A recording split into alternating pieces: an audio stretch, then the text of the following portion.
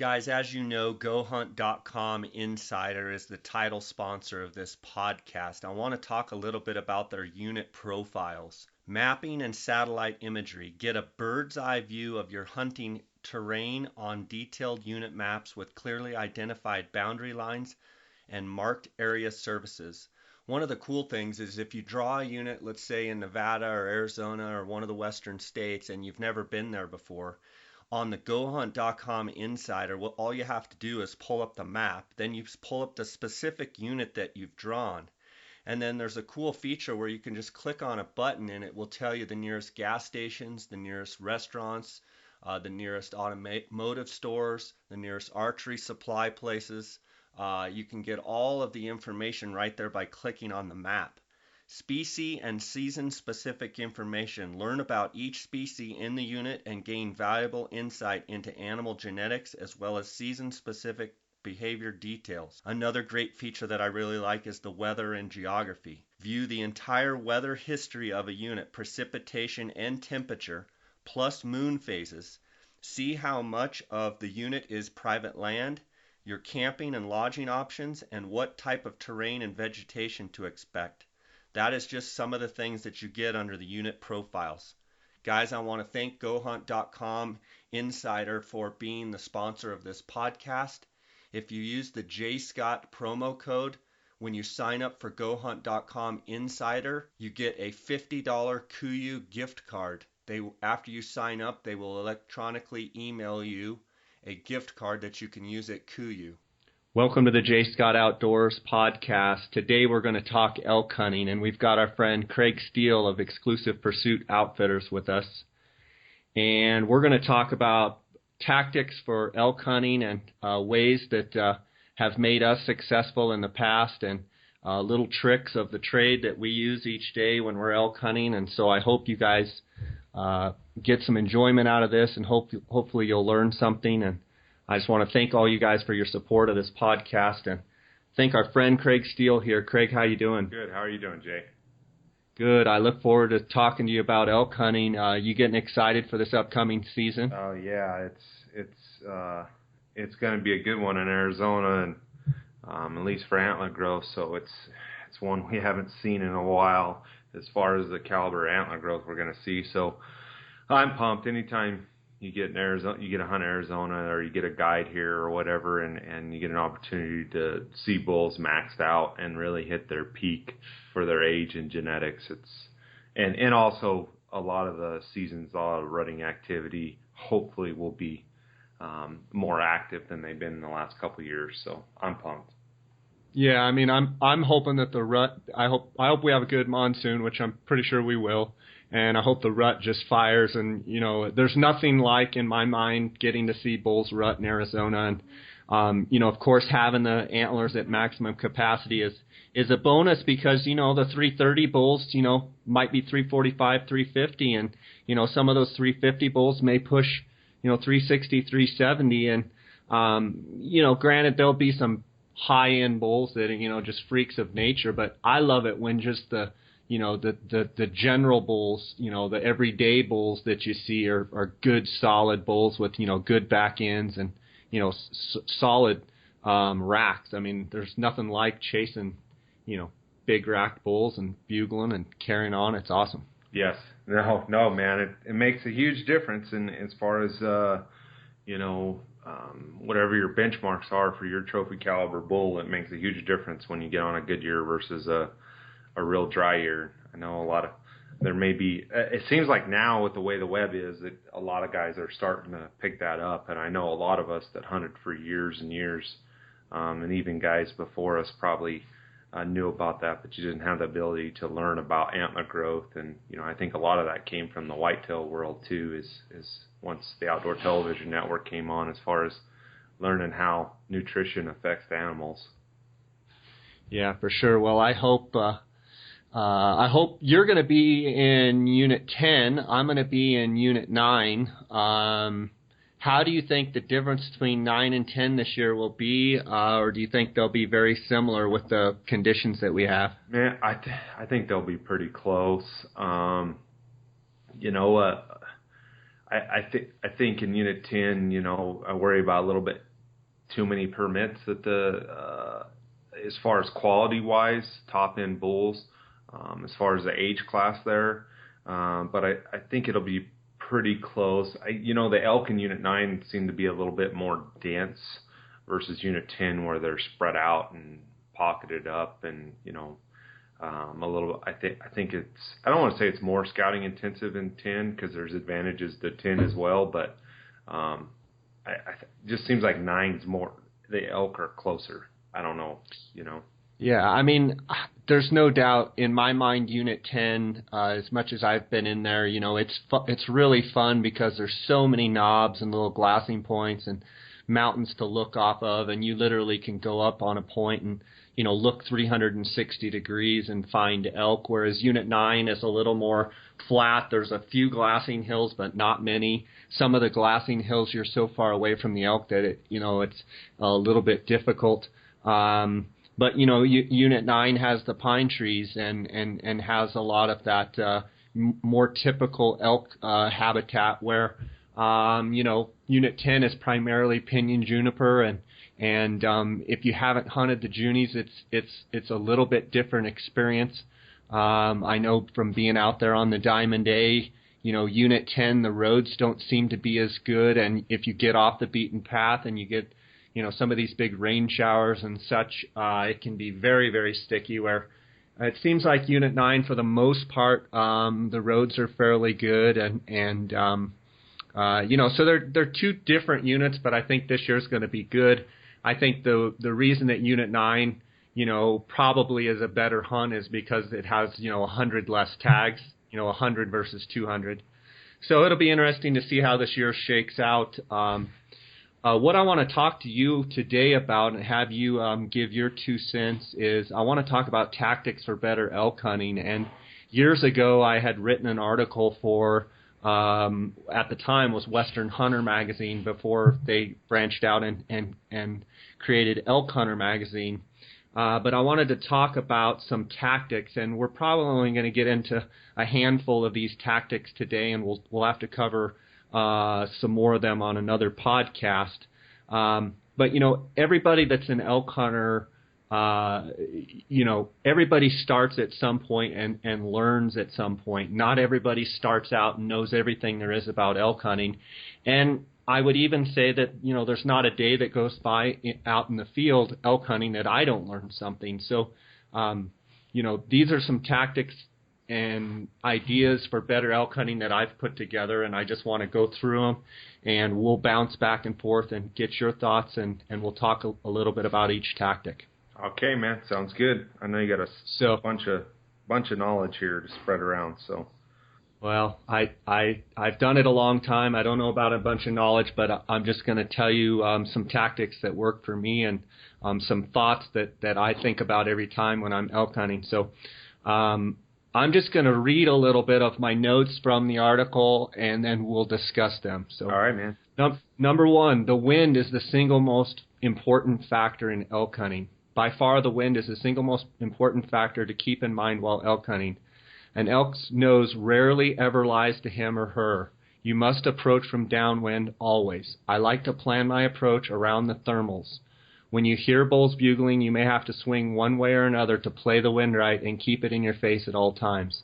I carry a squeezable wind checker with me at all times during the stalk.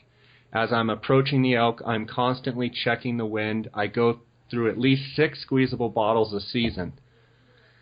I think one of the most important things here, Craig, is people need to understand that when I'm elk hunting, when I talk about carrying a squeezable bottle with me, I literally, as I'm stalking, I have my bino chest pack. I have a squeezable bottle, and it's always in my left hand. And I'm popping my binos in and out. I'm glassing for bulls, but I'm always squeezing the wind. I don't know about you, but it's very, very important at all times to know what the wind is doing.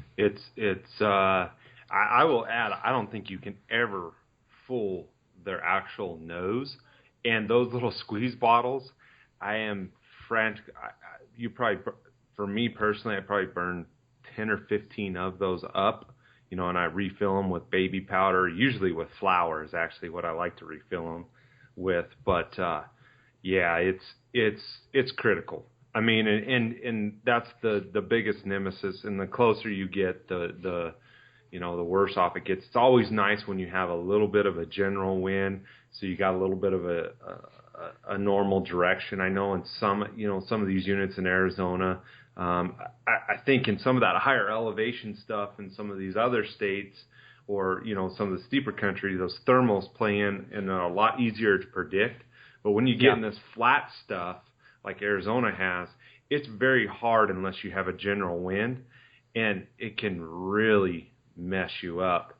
I mean, it's so critical. It is. I mean, when you get close, I mean, it's frantically check the wind, and there's not a really, once you get past a certain distance, 100 yards or something, I mean, they can smell you from a lot further than that. But once you get in there tight, it's really hard to back out without them detecting you, if the wind switches. Yeah, and absolutely. And one thing I will say is a lot of times if there's a bull that I want to go after, that I want to kill, and the wind isn't right, I will just sit and continue to watch the bull, and I won't even make my approach, because the last thing I want him to do is wind me. Yeah. And I'll take that a step further. Sometimes during the stalk, when I'm dogging a bull or dogging a herd and trying to get in there and trying to loop around and get the wind right, as I'm coming around, sometimes I'm less aggressive, sometimes I'm more aggressive, and you have to watch the way that wind can constantly be changing. And there are some times, let's talk about if there's elk, say, dead out in front of you and the wind's blowing dead at them. There are times when I will ride the wind around and continue to ride, let's say, around to the left or around to the right, and kind of parallel those elk until the last second, and then I cut in for my shot. But it's a true, it's just trial and error of trying to figure out how much you can get away with. It is. It's. I mean, it'd be based on experience. I'd call that like a little button hook, where you essentially, the wind's blowing. I did that quite a bit on my last elk hunt, and use it quite a bit when I'm taking hunters. Is if you got a bad wind and the strong steady wind, you don't automatically have to panic. What you do is depending on the topography and how it lays out, is you get to the side of those elk and let that general wind take your wind essentially like a highway to the off center from those elk, so they don't smell you. Now, where you got to be cautious is, like you're saying, is if you shadow them or if you dog them, you got to make sure that your wind doesn't collide with the elk, your scent. So it's definitely a tactic, and I think it's one, like you said, it just takes time and experience. And I know there's a lot of hunters out there that think you're crazy when you tell them stuff like that haven't ever done it, because everything they read is get the wind in your face, which is true. You want the wind in your face, but when you're bow hunting, or any sort of hunt, sometimes you don't have a choice, and so you just wait until the very end and play the wind, so to speak, instead of just constantly having it at your back or at your face. Yeah, and let's also keep in mind that the elk constantly always have the wind in their face. Mm-hmm. And so as you're trying to play the wind, they're playing the wind too.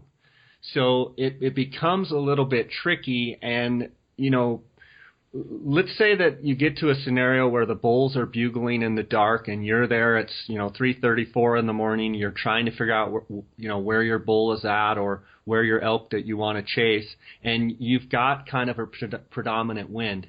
Most all the time, they're going to leave that meadow or leave that water hole or leave that congregation area. They're going to leave with the wind in their face. So as you're trying to figure out, okay, what am I going to do when it gets light? You might need to be thinking about, what is the wind doing? What did the, weather.com or WeatherBug or whatever, what did they say? I usually look in the mornings or in the evenings what the wind is going to be doing, predicted wind is going to be doing, the predominant wind, and try and factor, okay, these elk are probably going to go southwest. because of the wind, and everything that I do in my approach is made around the wind. Yeah, no, it is critical. I am, me and I know you as well. I like to go directly, like if I'm hunting out of any of northern Arizona, I'm getting my weather information from the Belmont office at NOAA, National Weather Service Flagstaff. It's actually out of Belmont. I'm looking at their forecast discussions, which are every 4 hours. They're kind of technical, but I've been reading them for 10 or 12 years now. And they also have a graphical prediction wind chart. And I know when I was working fire that going through a class with the meteorologists is they don't like to predict the wind because it's so unpredictable. And what their thought is in any wildland fire guys will tell you is, they'll cuss and scream at about the meteorologist because the wind is so unpredictable. The sooner to the time that, if it's, they're going to tell you, I can get you an accurate forecast within 1 minute for the wind versus, 30 minutes prior, they may have told you a completely different thing. They don't even predict the wind outside of 2 days unless there's a storm front coming in or something like that. But if you look at all the weather reports, if you're getting a wind direction, it's just generic.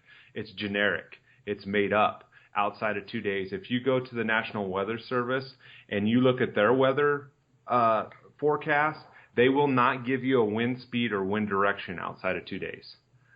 So, Craig, tell me, what is the resource that you use, again, to check that? Because I know we've got to have a lot of listeners that are hunting, 7, 8, 10, Yes. 9. It's, if you just type in National Weather Service and then go to whatever, they have regions. Right now I'm looking at the Western Region headquarters, and it's wrh.noaa.gov. And then you can click on wherever you're going to be hunting, and every one of them has a forecast office in that area, and you can go to forecast discussion, or you can go to the below. Like right now, I'm on the Belmont or the Flagstaff, Arizona one, and there's a little thing called graphical forecast, and you can click on local, and then you can pull up what their predictions are for the wind in that area. And then like on the graphical forecast, they won't give you gust outside of 2 days. They'll give you a direction. But I use those a lot for predator hunts because the wind's critical there as well. And when I was doing anytime I do a contest or anything like that, or take out hunters, or I'm going out for myself, I'm always on there. So I think that's some of the most accurate weather information you can find is through NOAA or the National Weather Service. So, and I assume with that our listeners that are listening in other states can go on that and find the wind patterns for the wind predictions for their state as well in the area that they're hunting. Yeah, and then you can also call in. They have forecast numbers. You can call in for that area and you can get a forecast over the phone. Or you can, if you have a weather service radio, or some of the two-way cheaper model, like radios, they'll have a generic weather channel, that you can listen to. But I really like looking, if I have data service, I like looking at their models, and I'm a nut when it comes to that. Sometimes a little overboard, so. And speaking about the wind, let's talk a little bit about scent control.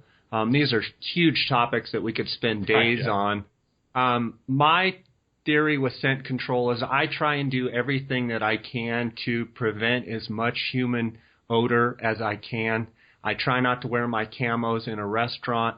If you go hunt, chase some bulls, and then if you're in an area, and sometimes in Arizona there's little cafes and stuff where you can go in and get some bacon and eggs at 10:30 in the morning. I try not to wear my camos in places like that. If I'm in my camp trailer, I try not to cook or have any grease or any kind of unnatural smells. I typically keep my camo clothes in a action packer outside of my tent or outside of my trailer. I go as far as taking, pinyon juniper branches and pine branches and putting them in there with my clothing. Now, there's nothing you can do in my mind to mitigate. Well, you can mitigate your smell, but there's nothing you can do to eliminate it. There's also, different, scent neutralizing sprays and stuff, and those are all great, and I use them. But you have to keep in mind there is nothing you can do that will fool an elk's nose. There are things you can do to help, and there are things you can do to make it a little bit better. But the reality is you could probably smoke cigarettes and do whatever and keep the wind right and be all right. You cannot fool an elk's nose. I don't care if you have whatever scent lock system you have. If they're downwind of you, they're going to smell you. Yeah, I would agree there. All I do basically is I try to shower. I try to wash my clothes in some sort of scent-free stuff. I use unscented deodorant. I use unscented deodorant as well, and I try and shower morning and night, morning before I go out, and the evenings in the afternoon before I go out for the afternoon hunt. I try and shower as much as I can as well. Yeah, if you can do it, obviously, these guys doing the backcountry stuff like that, that's not an option. But if you can do it, then do it. I know I am a pretty big guy, and I sweat a ton. I'll sweat as soon as I step outside the truck. And it is, I believe it's impossible to mask your scent. I don't think there is such a thing. I think there is such a thing as, like you're saying, as far as you might be able to diminish it a little bit. He may think you're a little bit farther away because he doesn't get the amount of scent that he's used to. But as far as completely masking, I think that's not going to happen. So yeah, we could talk about wind for a long time. Let's move on to number 2. When you're elk scouting, look for areas that are greener than others. And specifically, I'm talking in Arizona, New Mexico, probably Nevada, maybe where there's more arid elk climates. This one is very important. In Arizona, where most of my elk hunting takes place, we have monsoons. These thunderstorms can randomly hit, often raining 3 inches in one spot 2 miles away, may not even get a single drop. This will create a difference in good grass and feed or no feed. Elk tend to follow summer rains. It's important to monitor where it rains in the summer and make note of it. Oftentimes come September, where the most rain has fallen is where the best bulls will be.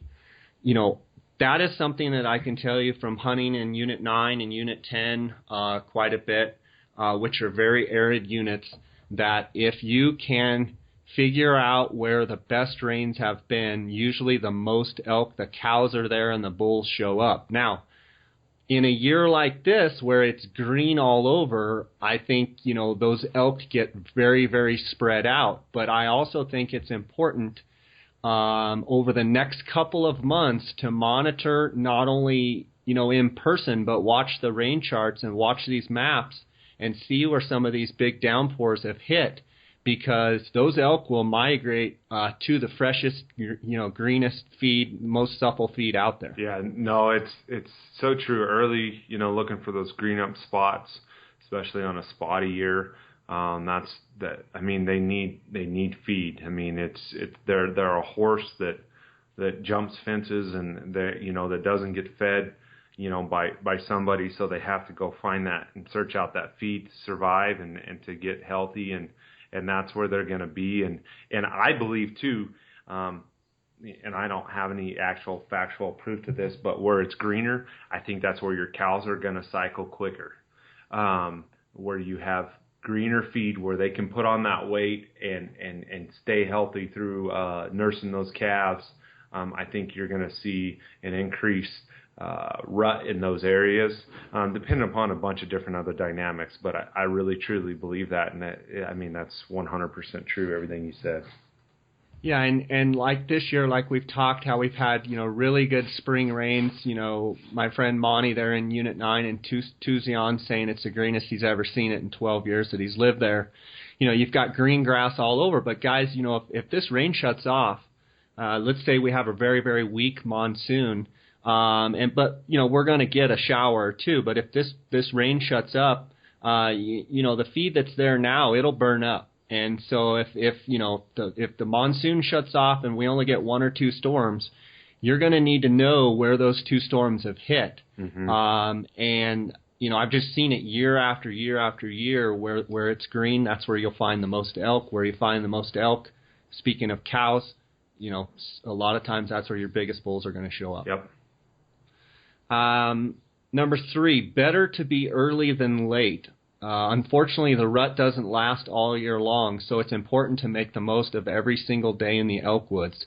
Make sure that you're firing out of the sack early every morning. The worst feeling in the world for me is showing up to your spot to find someone else just beat you there. I like to leave in plenty of time in case of a flat tire or other setbacks that you may have. If you get to your spot way before it's light, you can listen to bulls and figure out which direction they are headed. Make sure to stay way back away from the elk so you don't disturb them. Also, if you're extra early, you can always go to Plan B if necessary. Anybody that hunts with me for elk or for turkey or for sheep or for anything for that matter is I always like to be early. I hate being late. It absolutely drives me crazy, and I'm one of these guys that, goes to the football game and waits for them to open the stadium up. I mean, I hate being late, and I found that,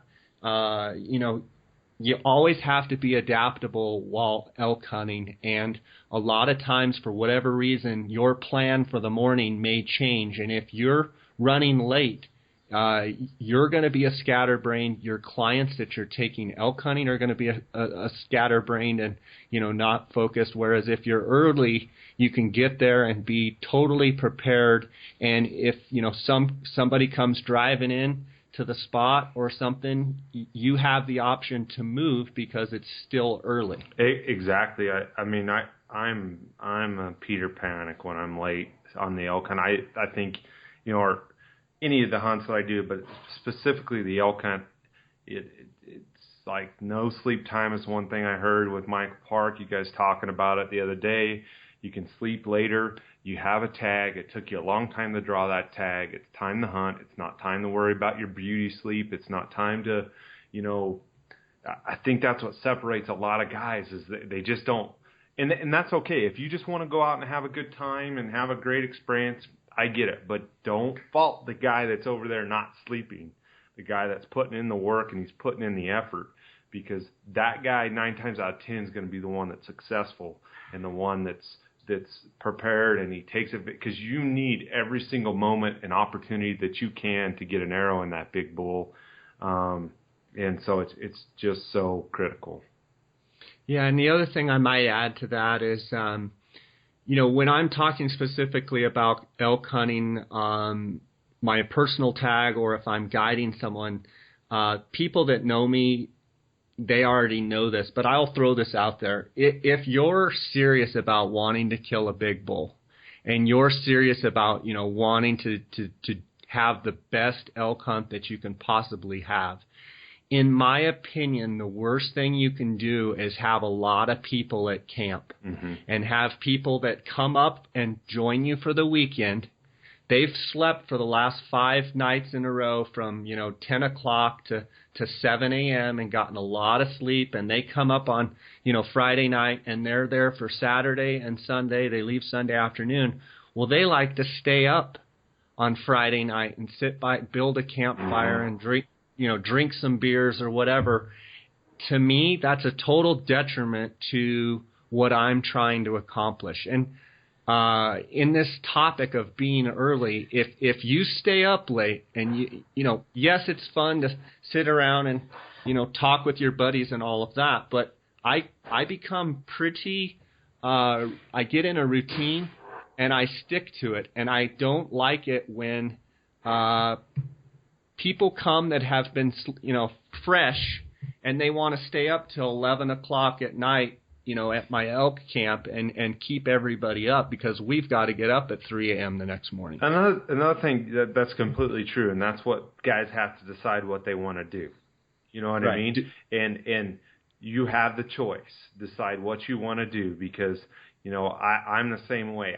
I would rather hunt with, myself or with 2 or 3 other people that are dedicated in camp versus, I don't mind if my family comes up or something like that. But just when I'm in that mode, I'm in that hunting mode. I know, there's certain times if it's kid hunt and all that. But if we're talking about seriously elk hunting, we're focused and we want to get the job done and we want to achieve our goal. That's what it takes.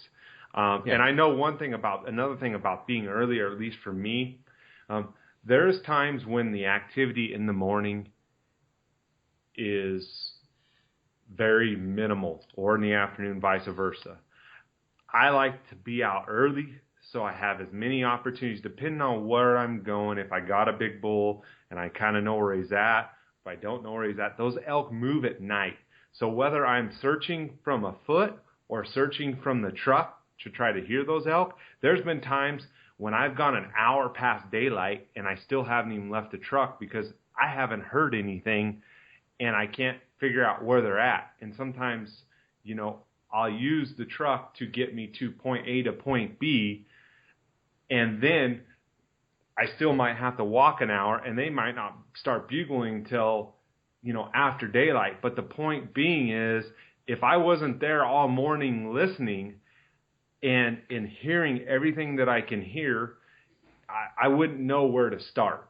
So that's critical for me, is trying to figure out mentally, where do I start? What angle do I take after this bull? He wasn't over here. I've listened 6 or 7, 10 spots. I haven't heard a peep. Or over here, they're ripping 5 miles away. Down here, they're not ripping. There's a lot that goes into that, and being early is what it takes to hear all that. All right, number 4, a mature bull doesn't always have a big sounding bugle. Boy, this is something we're going to have fun talking about. I've seen some bulls that sounded big that were just raghorns. Usually if a bull has a lot of volume, he is going to be mature. But don't mistake volume for high pitch. We all have seen high-pitched bulls that are small. Volume and deep guttural sounds are usually indicators of a mature bull. It's best to always investigate each bugle so that you won't be fooled by a big bull that doesn't sound great. I also listen for the glunking sound when I'm elk hunting. I have found that big bulls typically will glunk more at their cows because they do not want to let every bull around know their position. I think more times than not, big mature bulls sound like a big mature bull. And I think, like I said, volume. When you hear a lot of volume, that's usually a mature bull. I have been fooled, though, by bulls that sound, really good. We all have, real hoarse sounding, and you go up there and it's a 5-point that's bugling his guts out. I would agree. I think it's something that takes a lot of time and experience. I think it's something that will never be exact. It's like you're listening to human voices.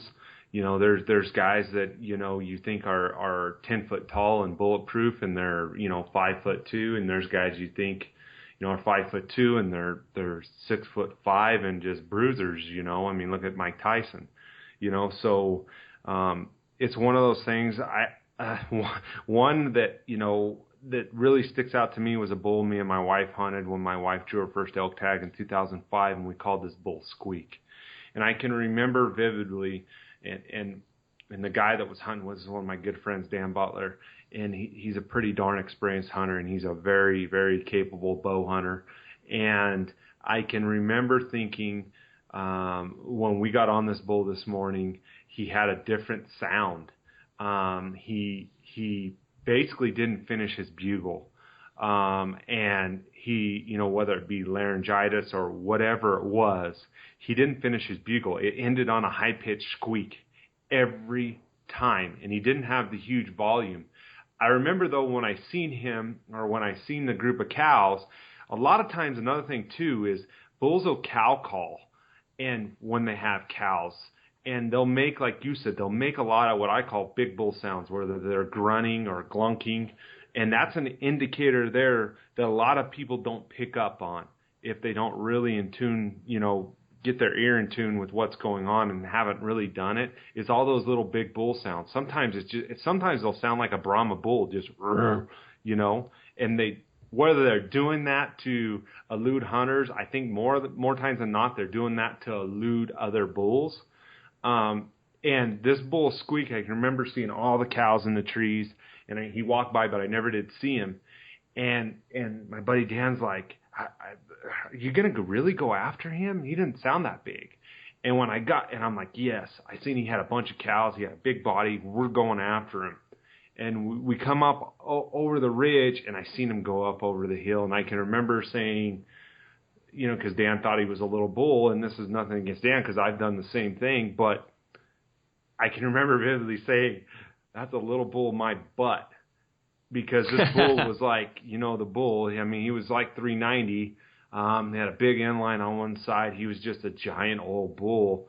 And so... Is that the one in the water tank? That's the one in the water tank. That was Squeak. Good. Nice. Yeah, that's a big bull. And so, I think there's a lot of that takes experience.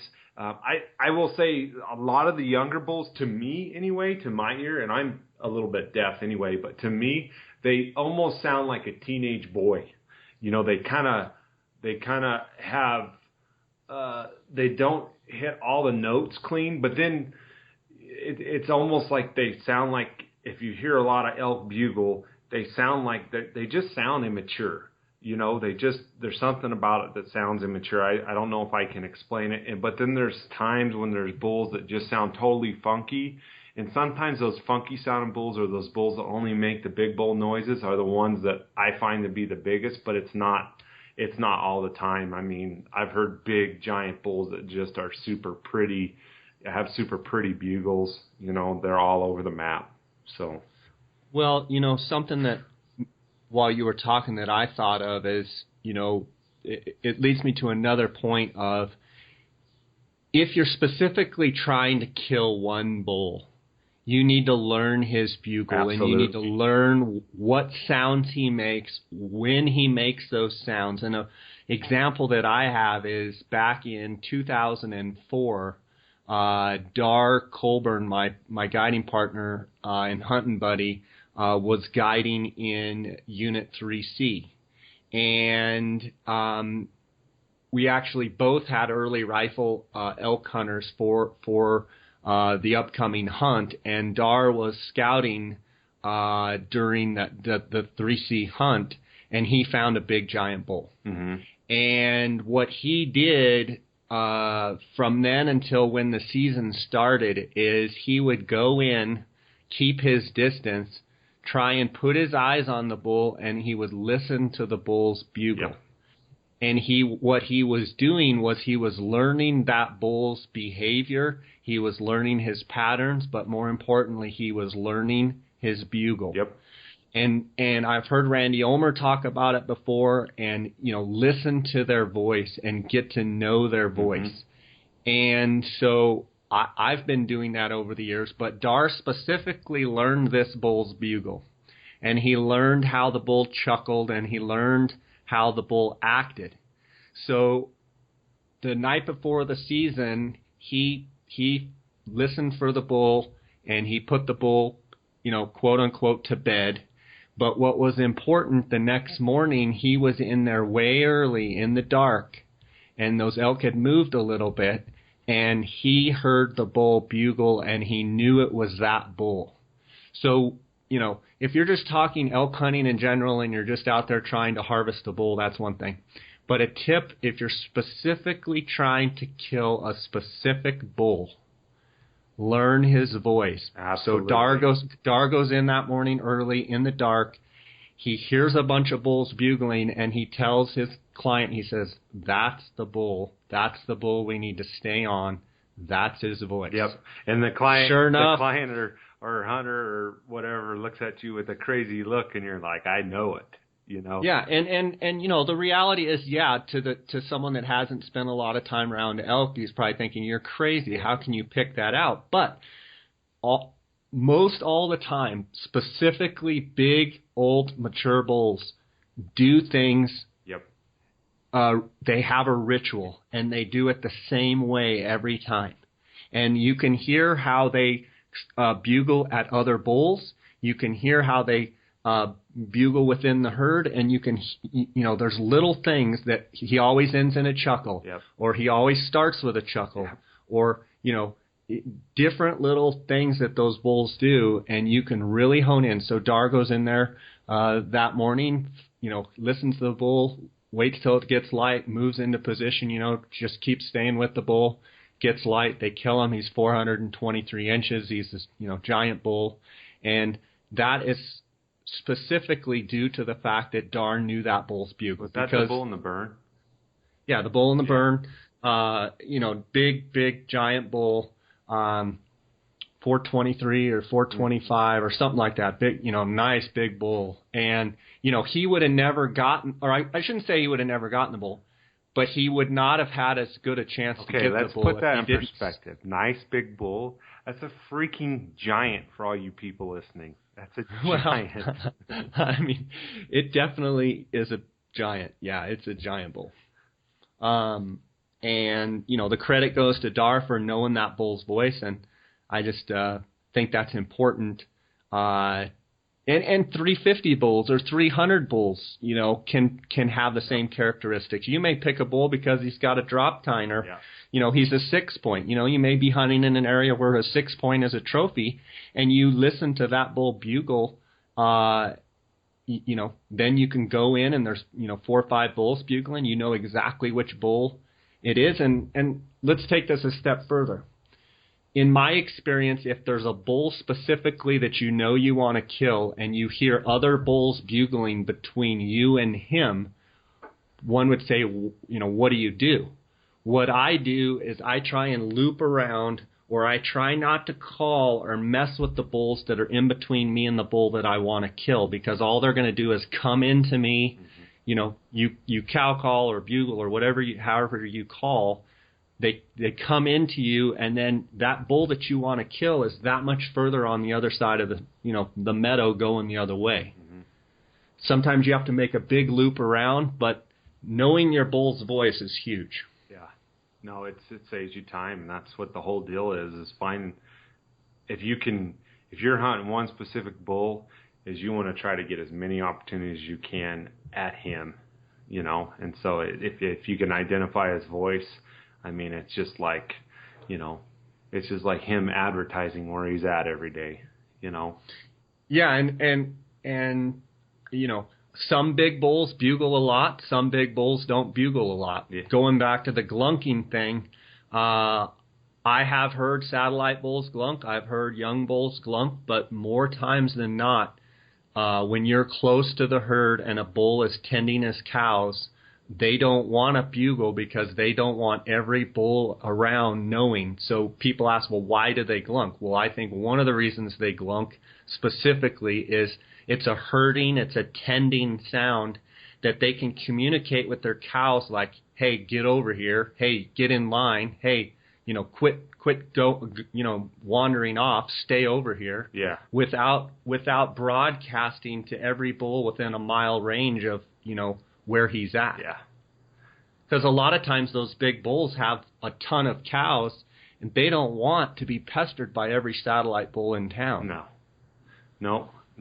Exactly. It's just like with coyotes. They don't always want to give up their location because, there's always territory there, and his objective, that big old bull's objective, is try to breed as many cows, cover as many cows as he can, and he's real selfish. He doesn't want to, and he doesn't want to burn any energy either. Yeah. So. Right on. Number 5, a big track usually means an old bull. This seems obvious. Very rarely will a big antler bull have a small track. Practice following bulls and looking at their tracks until you can distinguish a big track from a small track. A huge track might be an old mature bull that is palmated and going downhill, or it might just be a 10-year-old bull every trophy hunter is looking for. In arid units like Arizona, You can literally follow bulls by their track. You can check water holes and look for big tracks. Big tracks usually means big bulls. I would agree, and it's almost, it's one of those things in hunting. It's you never say never and you never say always, but it's a great indicator, and some of the biggest bulls in the world have the biggest feet in the world. We have some huge-bodied elk, especially in central Arizona, like, 1,100-1,200-pound big old bulls. I know bulls in some of the block units that get killed, or multi-units that are just ginormous bodies. I mean, they're just absolutely dinosaurs.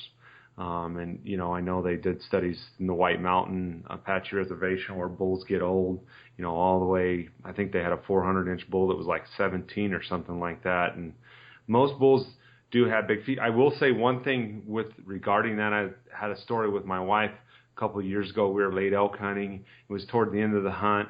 We normally don't track any animals up with her because she's just not quick with the rifle. And I set out on these 2 tracks, and they were kind of smaller tracks, and I was expecting just to track up a couple 5-points, so I was really kind of lollygagging, and I ended up tracking one of the biggest bulls in my life. Now, he lived in limestone type country, and I don't know if genetically if he just had a smaller foot or if he'd wore his foot down, but that was just an exception to the rule. But I would agree with you wholeheartedly that a big old bull generally has a big old foot. Yeah, and I'm no great tracker by any means, but I do enjoy getting on tracks and following them. And I've done this with deer, I've done this with elk, in country where it's conducive. And start out in some of the sandy country. Start out where, anybody could follow a track, but it's kind of fun to get on a set of tracks and just follow them because they interact with other elk, they mix tracks, and if you get to where you can, walk at a good, just a regular pace and follow tracks, it's a pretty cool way to learn what those elk are doing. It also comes in very handy tracking when, let's say, you shoot an animal and you don't have a big bucket blood trail, and if you've never followed tracks before, you're going to be a lot further behind than someone that, routinely for fun just gets on a set of tracks and goes and follows them up. Now, I wouldn't say go follow up tracks during the season unless that's your style of hunting. But, in the summer and stuff, you can go out, just get on a set of tracks and follow them for fun. And it'll be amazing how much better you get at tracking if you, just every once in a while, just go track whatever tracks you're on and follow them till you run into the animal. I think tracking, not necessarily like you think of tracking a big old mule deer buck up and jump shooting him or whatnot, but I think tracking in general and reading sign is one of those hunting skills that's not cool anymore. It's not really talked about. It's not really, especially I think a lot of it is because of trail cameras. Guys just, if they see a lot of tracks, they just throw up a trail camera and they don't really, have the intentions of reading that stuff. I know for me personally, it depends. Everything depends. Depends on, where you're hunting, where animals, are you hunting a unit that has very little elk? Are you hunting a specific elk? Has he been bumped? Have you not been able to find him for a few days? Is he in open country where he could only be in certain areas, and being able to cut that track and know that it's the right bull by his track. Does he have a short toe? Does he, an offset gait? How many cows does he have with him? I think those are all huge little things that don't get talked about a lot. That I know, like my dad was a good tracker. My grandfather was a great tracker. I know my partner's 5 times the tracker I am. And it's just one of those things that I think a lot of younger demographic are losing, in my opinion. So. Yeah, I agree with you on that. Well, Craig, those are 5 tips there, tactics on elk hunting. I want to thank you for being on with us today, and look forward to going over more of these tactics. And looking forward to this September for sure. I can't wait to hear those bulls bugling. All right, bud. I got a little JO softball party I got to go to, so Sounds good. Well, you have a good day, and I'll catch you later, All right, bud. my friend. Talk to you later. Okay. Guys, I want to tell you about one of the sponsors of this podcast. DeadeyeOutfitters.com is a lifestyle hunting apparel company for hunters, by hunters. Check out episode 45 of this podcast with one of the owners and you'll see what I mean. Deadeye Outfitters makes quality t-shirts, sweatshirts, and hats designed with hunters in mind. Deadeye Outfitters has the only license for creating Boone & Crockett apparel. Use the JScott promo code and receive a 10% discount on all purchases at DeadeyeOutfitters.com. Thanks for listening to the J. Scott Outdoors Western Big Game Hunting and Fishing Podcast, brought to you by GoHunt.com Insider. Use the promo code JScott and receive a $50 KUIU gift card when signing up for the GoHunt.com Insider. Research faster, hunt more, go to GoHunt.com/insider and join today.